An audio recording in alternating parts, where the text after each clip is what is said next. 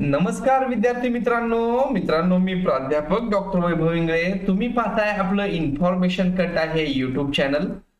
मित्रांनो, LLB 3 year cap round first आणि second साठी ऑप्शन फॉर्म भरण्याची सुरुवात झालेली आहे आणि हे ऑप्शन फॉर्म भरत असताना काही IMP टिप्स मी तुम्हाला देणार आहे. त्याचबरोबर बऱ्याचशा प्रश्नांची उत्तरं तुम्हाला या व्हिडिओ मधून मिळणार आहेत. कमेंट सेक्शन मध्ये काही कॉमन प्रश्न मला येत आहेत, तर त्या प्रश्नांची उत्तरं या व्हिडिओ मध्ये तुम्हाला मिळून जातील. मित्रांनो, व्हिडिओ सुरू करण्यापूर्वी तुम्ही जर चॅनलला नवीन असाल, चॅनलला सबस्क्राईब केलं नसेल तर चॅनलला सबस्क्राईब करून घ्या. सोबत आपल्या टेलिग्राम आणि व्हॉट्सअप ग्रुपला जॉईन करा. त्याची दोन्हीची लिंक तुम्हाला डिस्क्रिप्शन बॉक्स मध्ये दिलेली आहे. इथून पुढचे सर्व अपडेट तुम्हाला मिळत राहतील. चला तर मित्रांनो, सुरू करूया व्हिडिओ.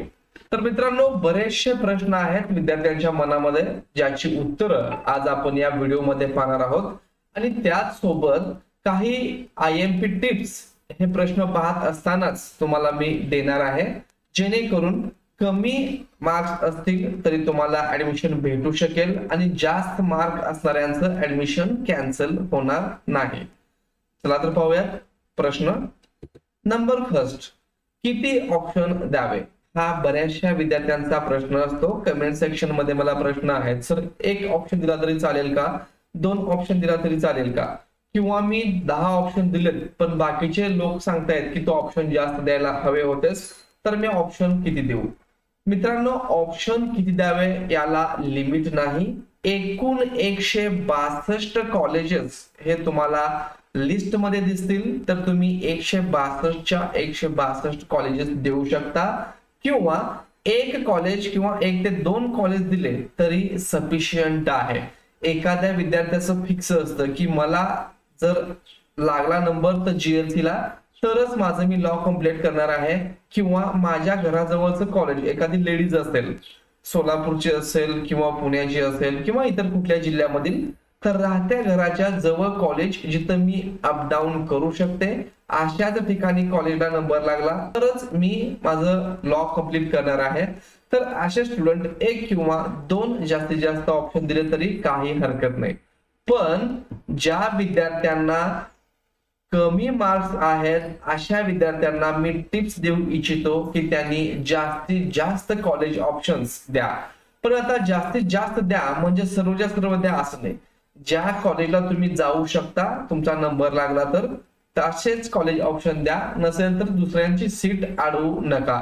समजा तुम्ही गडचिरोलीच्या कॉलेजमध्ये तुमचा फॉर्म तुम्ही ऑप्शन दिला आणि त्या ठिकाणी नंबर लागल्यानंतर तुम्ही तिथं जाणार नाहीये, तुम्हाला माहितीये, तर अशा ठिकाणी ऑप्शन देऊ नका. तिथल्या लोकलच्या विद्यार्थ्याला तिथलं त्याचं सीट मिळून जाईल. तुमच्यामुळे दुसऱ्यांचं सीट अडायला नको, ही एक काळजी घ्या. नंबर 2 आहे, कोणत्या कॉलेजला प्रेफरन्स द्यायचा? कोणत्या म्हणजेच गव्हर्नमेंट कॉलेज, प्रायव्हेट कॉलेज किंवा इतर कुठलं अनएडेड मायनॉरिटी कॉलेज. जर तुम्ही मायनॉरिटी मध्ये असाल तर ज्या कॉलेजमध्ये मायनॉरिटी कोटा आहे त्या कॉलेजला प्रेफरन्स द्या.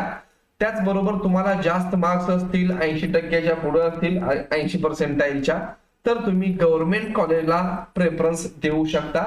तुम्ही कॉलेज ऑप्शन दोन्ही प्रकारच्या कॉलेजला द्या, परंतु प्रेफरन्स देत असताना अगोदर गव्हर्नमेंट कॉलेजचे द्या आणि त्यानंतर प्रायव्हेटचे द्या, जेणेकरून तुमचा विचार अगोदर गव्हर्नमेंट कॉलेजच्या सीट अलॉटमेंट साठी होईल, जिथे तुम्हाला कमीत कमी फी ही भरावी लागेल.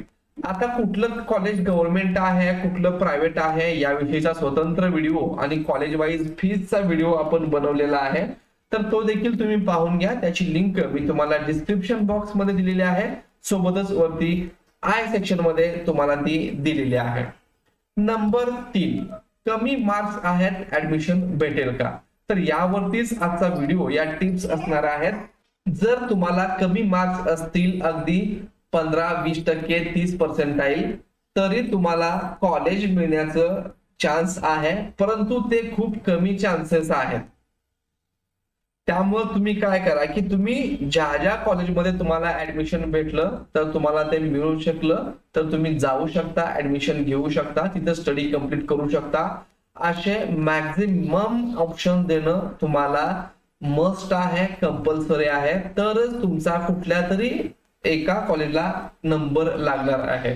तुमच्या घराजवळ एखादं गव्हर्नमेंट कॉलेज आहे, तुम्ही ओपन कॅटेगरीचे असाल आणि त्याची मेरिट 80% कधीच खाली येत नाही आणि तुम्हाला 40% 60% असतील आणि तुम्ही म्हणलात की मला इथंच लॉ करायचा आहे, तर या वर्षी तर ते शक्य नाहीये. त्यामुळे तुम्हाला तुमचं वर्ष वाया घालवायचं नसेल तर थोडस तुम्हाला ऍडजस्टमेंट करावं लागेल. त्यामुळं जिथं जिथं तुम्ही जाऊ शकता एज्युकेशन घेण्यासाठी असे मॅक्झिमम कॉलेज देणं हीच सर्वात IMP टिप्स आहे. दुसरी एक इम्पॉर्टंट टिप म्हणजे ज्या विद्यार्थ्यांची पैसे खर्च करण्याची तयारी आहे आणि मार्क्स भरपूर कमी आहेत, अगदी 10, 15, 20% पर्यंत ज्यांना मार्क्स आहेत, अशा विद्यार्थ्यांनी मॅनेजमेंट कोटाला ट्राय करा. ते कॉलेज ऑप्शन द्या आणि आत्ताच त्या कॉलेजच्या प्रिन्सिपलला भेटून तुमची सीट कन्फर्म करा. मॅनेजमेंट कोटेच्या सीट्स या आधीच कन्फर्म होत असतात. त्यामुळं ज्यांची पैसे खर्च करण्याची तयारी आहे, किती पैसे लागतील हे मी इथे सांगू शकत नाही, कॉलेज वाईज ते डोनेशन वगैरे असू शकतं, तर ज्या त्या कॉलेजमध्ये जाऊन तिथला प्राइस कमी जास्त असू शकते. तर ज्यांना वर्ष वाया घालवायचं नाहीये त्यांच्यासाठी ही टिप्स आहे. परंतु ज्यांची पैसे खर्च करण्याची तयारी नाही, ज्यांच्याकडे पैसे नाहीयेत, अशा विद्यार्थ्यांनी मॅक्झिमम कॉलेज ऑप्शन द्यायचे आणि ज्या कॉलेजमध्ये तुमचा नंबर लागेल तिथं ऍडमिशन घ्यायचं, हे एकच या ठिकाणी आहे. आता काही वेळेस जास्त मार्क्स असणाऱ्या विद्यार्थ्यांची देखील अडचण होते आणि या विद्यार्थ्यांची अडचण कशी होते, प्रेफरन्स देत असताना हे प्रेफरन्स कसे द्यायचे आहेत हे आपण ऑप्शन फॉर्म फिलिंगच्या व्हिडिओमध्ये सविस्तर याची माहिती दिलेली आहे. त्याचबरोबर काही IMP इन्स्ट्रक्शन्स ज्या CET सेलने दिलेल्या आहेत त्याचा देखील स्वतंत्र व्हिडिओ मी बनवलेला आहे. या दोन्हीची लिंक तुम्हाला वरती आय बटन मध्ये आणि डिस्क्रिप्शन बॉक्स मध्ये दिलेले आहे. तो व्हिडिओ पाहिला नसेल तर व्हिडिओ पाहून घ्या. जास्त मार्क्स असून देखील काही विद्यार्थ्यांचं वर्ष गेल्या वर्षी वाया गेलेलं आहे, त्यांना ऍडमिशन त्यांचं कॅन्सल करावं लागलं आणि परत ऍडमिशन भेटलेलं नाही. त्यामुळे तुम्ही ती चूक करू नका आणि आपल्याकडून कुठली चूक होते ते त्या व्हिडिओमध्ये सांगितलेलं आहे, तरी थोडीशी काळजी घ्या. पुढचा प्रश्न आहे, बरेचसे विद्यार्थी मला कमेंट मध्ये सांगतात की सर मला इतके पर्सेंटाइल आहेत आणि या कॉलेजला ऍडमिशन भेटेल का? तर विद्यार्थी मित्रांनो, सर्व कॉलेजची डिटेल माहिती मला असणं आवश्यक नाहीये किंवा ती असू शकत नाहीये. त्यामुळं पाठीमागच्या वर्षी किती मेरिट होतं हे तुम्ही चेक करू शकता. तर कुठल्या कॉलेजला कितव्या राऊंड मध्ये कितीला ऍडमिशन क्लोज झालं होतं, मेरिट कट ऑफ लागलेली होती, त्याविषयीचा देखील व्हिडिओ आपल्या चॅनलला आहे. तर त्याची देखील लिंक मी तुम्हाला वरती आय सेक्शन मध्ये आणि डिस्क्रिप्शन बॉक्स मध्ये दिलेली आहे. तर तुम्हाला ज्या कॉलेजमध्ये तुमचा इंटरेस्ट आहे त्यानुसार तुम्ही सर्च करून पहा. त्यामुळं ज्या विद्यार्थ्यांच्या कमेंट्स माझा या कॉलेजला नंबर लागेल का इतके पर्सेंटाइल आहेत, तर मी मोस्टली त्या कमेंटचं उत्तर देणं टाळलेलं आहे, कारण त्याची माहिती मला डिटेलमध्ये नाहीये आणि खोटी उत्तर तुम्हाला देणं ते मला जमत नाही. काही चॅनलवरती तुम्हाला सांगितलं जातं की टेंटेटिव्ह कट ऑफ वगैरे इतकी लागेल, परंतु ते सर्व फेक आहे. कधीतरी अंदाज बरोबर येऊ शकतो, परंतु उगीच तुम्हाला असं, कारण हे फर्स्ट टाइम पर्सेंटाइल मध्ये इथं रिझल्ट आलेला आहे आणि त्यामुळे किती पर्सेंटाइलला कुठल्या कॉलेजला कट ऑफ क्लोज होईल हे कोणालाच माहिती नाहीये. आणि कट ऑफ कसं लागतं हे कोण ठरवतं याविषयीचा देखील व्हिडिओ तुम्हाला लवकरच मिळून जाईल. त्यासाठी चॅनलला नवीन असाल तर चॅनलला सबस्क्राईब करून ठेवा. पुढचा प्रश्न आहे, ऑप्शन फॉर्म प्रिंट केला नाही तर तो कसा करायचा? तर मित्रांनो, तुम्हाला त्यासाठी तुमच्या लॉग इन पेज मध्ये यायचं आहे आणि या ठिकाणी प्रिंट ऑप्शन फॉर्म हे जे ऑप्शन आहे त्यावरती तुम्हाला क्लिक करायचंय. त्यानंतर तुम्ही तुमचा ऑप्शन फॉर्म प्रिंट काढून घेऊ शकता. आता काही जण म्हणतील की ऑप्शन फॉर्म प्रिंट करायची गरज काय आहे? तर हा फॉर्म जो आहे तो तुम्ही सॉफ्ट कॉपी मध्ये तुमच्या मोबाईल मध्ये डाउनलोड करून ठेवा. नाही केला तरी चालेल, परंतु जेव्हा तुमचा नंबर लागलेला आहे तेव्हा तुम्हाला तो ऑप्शन फॉर्म त्याची एक प्रिंट कॉलेजमध्ये सबमिट करावी लागणार आहे ऍडमिशन घेण्याच्या वेळेस. आता जर नाही केला तर भविष्यामध्ये तुम्हाला तो फॉर्म प्रिंट करावा लागणार आहे, तेव्हा देखील तुम्ही इथे येऊन तो ऑप्शन फॉर्म प्रिंट करू शकता. त्यानंतर पुढचा प्रश्न आहे, फॉर्म लॉक झाला, ऑप्शन वाढवायचे आहेत. जर तुम्ही 10 ऑप्शन दिले असतील, 5 ऑप्शन दिले असतील आणि तुम्हाला परत वाटलं की अरे माझं एक कॉलेज राहून गेलं किंवा मला आणखीन एक 5-10 ऑप्शन टाकायला पाहिजेत, मला मार्क्स कमी आहेत, तर मित्रांनो तुम्ही तुमचा फॉर्म अनलॉक करून ऑप्शन प्रत्येकदा वाढवू शकता. पण त्यासाठी परत तुम्हाला लॉग इन मध्ये यावं लागेल आणि इथं अनलॉक ऑप्शन फॉर्म यावरती क्लिक करावं लागेल. अनलॉक ऑप्शन फॉर्म वरती क्लिक केल्यानंतर इथं एक पेज ओपन होईल. तर तुम्हाला इथं चेकबॉक्सला टिक करायचा आहे, I want to unlock my option form, आणि या ठिकाणी अनलॉक ऑप्शन फॉर्म यावरती क्लिक करून तुम्ही तुमचे ऑप्शन्स हे वाढवू शकता. त्यानंतर तुम्हाला परत एकदा ऑप्शन लॉक करायचं आहे, म्हणजेच परत एकदा कन्सेंट देऊन ऑप्शन दिल्यानंतर परत एकदा तो option form confirm option form करायचा आहे. जर ऑप्शन फॉर्म कन्फर्म झाला तरच तुमचे ऑप्शन्स हे व्यवस्थित लॉक होतील आणि तुम्हाला कॉलेज अलॉटमेंट होणार आहे, याची काळजी तुम्हाला घ्यायची आहे. जोपर्यंत तुम्हाला इथं अनलॉक ऑप्शन फॉर्म असं दिसत नाही, याचा अर्थ तुमचा फॉर्म आणखी लॉक झालेला नाही. अनलॉक ऑप्शन फॉर्म असा ऑप्शन येत असेल तर तुमचा फॉर्म व्यवस्थित लॉक झालेला आहे. त्यानंतर पुढचा प्रश्न आहे, आणखी रजिस्ट्रेशन केले नाही तर आता करू शकतो का? तर बऱ्याचशा विद्यार्थ्यांचं कॅप रजिस्ट्रेशन केव्हा सुरू झालं हेच माहिती नव्हतं, कारण त्यांनी आपल्या चॅनलला सबस्क्राईब केलेलं नव्हतं किंवा त्यांना इन्फॉर्मेशन कुठून मिळालेली नाही. तर आपल्या चॅनलला डिटेल इन्फॉर्मेशन, डिटेल अपडेट मिळत असतं, तर चॅनलला सबस्क्राईब करून ठेवा. तर आणखीन जर एखाद्या विद्यार्थ्याने सीईटी दिलेली आहे परंतु कॅप रजिस्ट्रेशन केलं नसेल तर तो आता रजिस्ट्रेशन करू शकतो. ते रजिस्ट्रेशन कसं करायचं याचा व्हिडिओ ऑलरेडी आपल्या चॅनलला आहे, तर त्या ठिकाणी जाऊन तुम्ही तो व्हिडिओ चेक करा. त्याची देखील लिंक मी तुम्हाला डिस्क्रिप्शन बॉक्स मध्ये आणि वरती आय सेक्शन मध्ये दिलेली आहे.